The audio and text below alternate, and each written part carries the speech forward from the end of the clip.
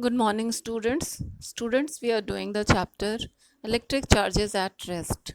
In this chapter, we discussed about importance of electricity, then how it was discovered, different type of charges, conductor, insulators, charging up objects, earthing, then lightning and thunder. Now today, I am going to discuss about the lightning conductor, which is a device and it is designed to minimize or avoid the loss of life and property during lightning. Lightning conductor is a device. It is used to minimize or avoid the loss of life and property during lightning.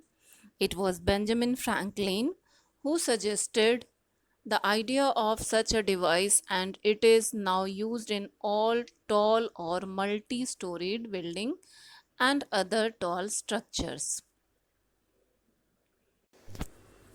A lightning conductor is simply a long, flat, thick strip of metal. It goes all the way from a point well above the highest point of the structure, that is, a tall building, a TV tower, maybe a high rising monument, etc., to be protected to a point well inside the earth. It is arranged along the outer periphery of the structure and its lower end is joined to a metal plate that lies buried deep inside the earth. That means the metal thick metal strip, flat thick strip of metal. It is arranged along the outer periphery of the building of the structure which to be protected, and its lower end is joined to a metal plate which buried deep inside the earth. At its upper end it has a spike like or pointed structure. A lightning conductor helps to protect the structure in two ways. The first step is the spike like or pointed structure at its upper end helps to reduce the chance of a buildup of very large amounts of charges on the clouds in its neighborhood. This reduces the chance of a lightning strike occurring there. And the second, the flat, thick metal structure of the lightning conductor provides a safe and easy passage to the flowing electric charge as and when lightning does strike. The lightning charges therefore flow down through it deep down into the earth and not through the structure. The structure is therefore saved from the damaging effects of lightning. These are the two ways by which a lightning conductor, the device which protect the tall buildings, monuments, TV tower, etc. Now students, we will discuss about the safety precautions during lightning. There are two conditions. First one, when a person caught outside in the open, and when a person present inside a house or a building.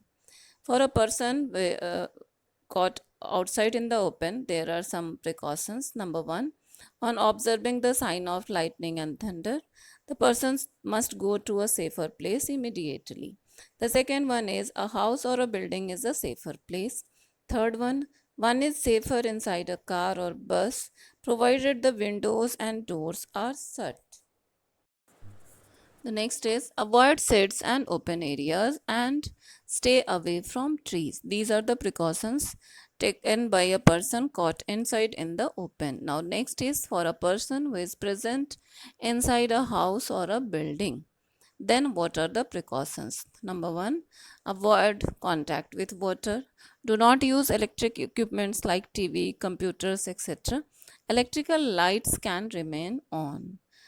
Next is do not use corded phones as lightning may strike exterior phone lines.